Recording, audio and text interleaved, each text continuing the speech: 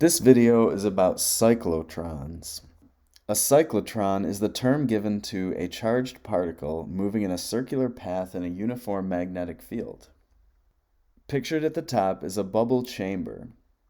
The bubble chamber is used to track the motion of particles. Let's assume that the magnetic field is currently pointing out of the page toward us. What would be the signs of the charges on the particles A and B?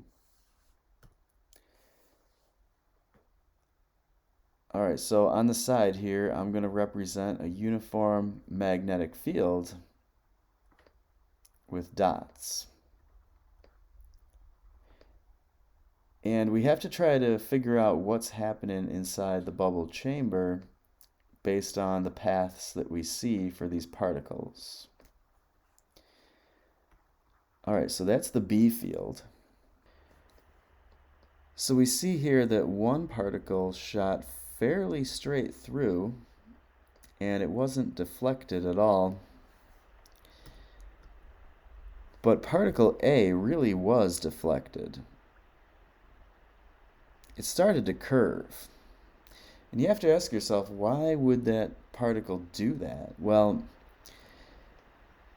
a moving particle in a magnetic field will curve based on the magnetic force that field creates on the particle. So if we can just deduce what kind of force was there, then we may be able to figure out what kind of charged particle this was.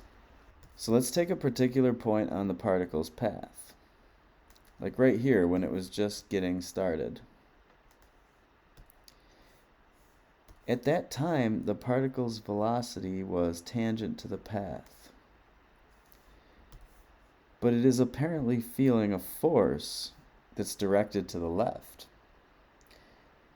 So we should use our right hand and left hand rules to try and figure out when a particle has that velocity moving through that magnetic field and the magnetic force is directed to the left, is this a negatively charged particle or a positively charged one? Well, as I hold my right hand into the configuration of the cross product rule, here's what I get. The pointer finger would point in the direction of velocity. The middle finger would be pointing up out of the page, and that would be the B field. And there would, of course, be some other fingers here as well.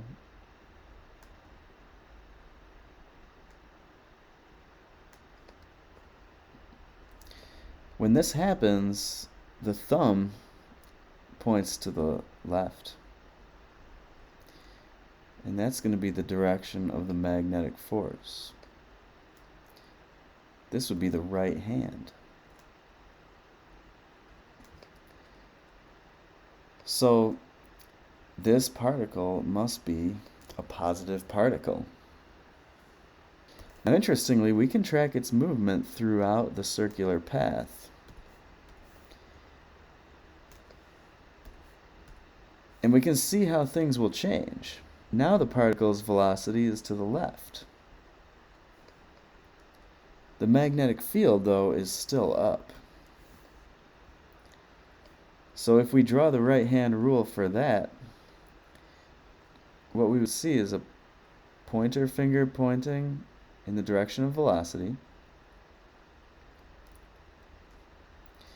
a middle finger pointing up, and then some other fingers here as well. But now, if you notice what the thumb does, the thumb points in a new direction because the velocity's direction has changed. Now the thumb points up, and that is going to be the new direction of the magnetic force on the particle.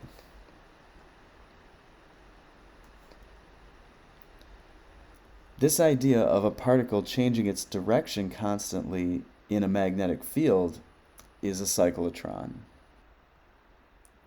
Positive charges will revolve one way, and negative charges will revolve the opposite way. So A is a positive charge.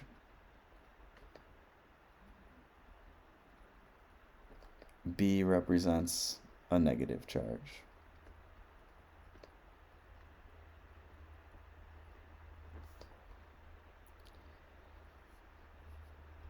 Pictured here is a cyclotron moving in a magnetic field that's directed into the page. Because the magnetic field points into the page, this positive charge will revolve counterclockwise, which is the opposite of what the positive charge was doing in the example above. Now, there's an important formula for cyclotrons. What we want to do is we want to set the magnetic force equal to the centripetal force, because the magnetic force is responsible for the centripetal motion of this particle. Then we can substitute in the formulas that we had used in the past. So we start with the idea that the magnetic force equals the centripetal force. We had a formula in the past for magnetic force, which was Q times V times B. And we want to set that equal to the formula we know for centripetal force from way back, which is mv squared over r. If we solve the formula for r using algebra by multiplying the r to the other side and taking the QVB and dividing that to the other side, then we get an important formula for cyclotrons, which gives us the radius of the path. We can cancel off one of the v's here, and we get that the radius of the cyclotron's path will be mv over qb.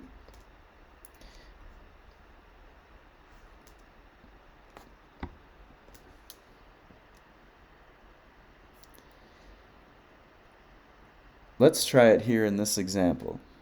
It says a proton enters a 1 Tesla magnetic field with a speed of 10,000 meters per second.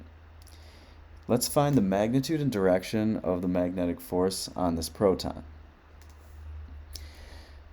Well, first of all, we can use the right-hand rule to find the direction of the force. All right, so we just want to point our pointer finger in the direction of velocity. Now our thumb will be here. The middle finger will point into the page.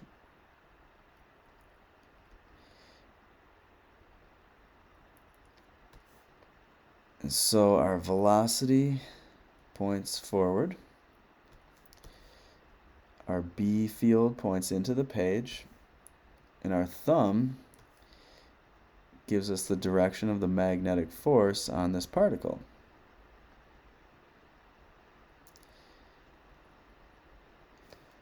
But a magnetic force that's acting perpendicularly to velocity is going to create centripetal motion for this particle. So even if it's moving directly to the right at the start of this, it's not going to continue to move in that direction as time goes on. Instead, what will happen is it will be deflected. And as it starts to get deflected, the direction of its velocity will change. See, now its velocity is at a different angle than it was at before because it's being acted upon centripetally by the magnetic force. So what that'll do is it'll change the direction of the magnetic force as well. So you can see why these particles start to move in a circular pattern. We would have to rotate the right hand as the particle moves.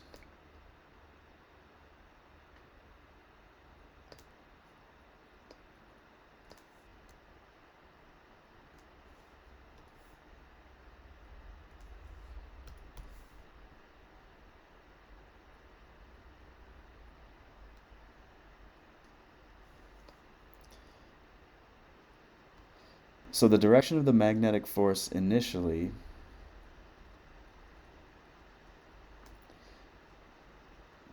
will push upward toward the top of the page.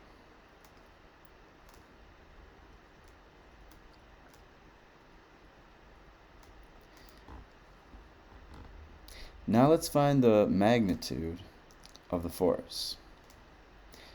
For that, we'll use the formula F equals QV cross B.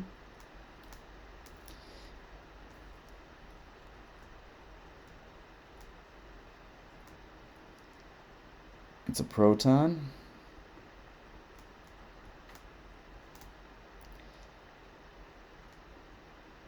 (10,000 meters per second). 1 Tesla B field. I get 1.6 times 10 to the minus 15 newtons.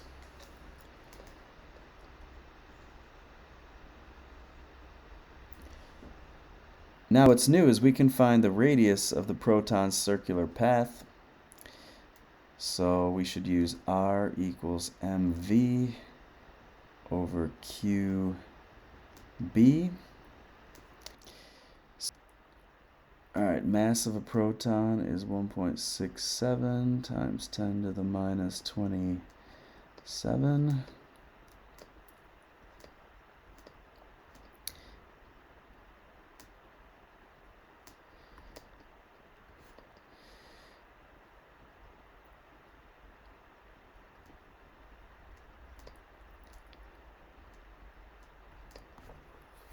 Alright, I'm getting a radius of 0.000104 meters.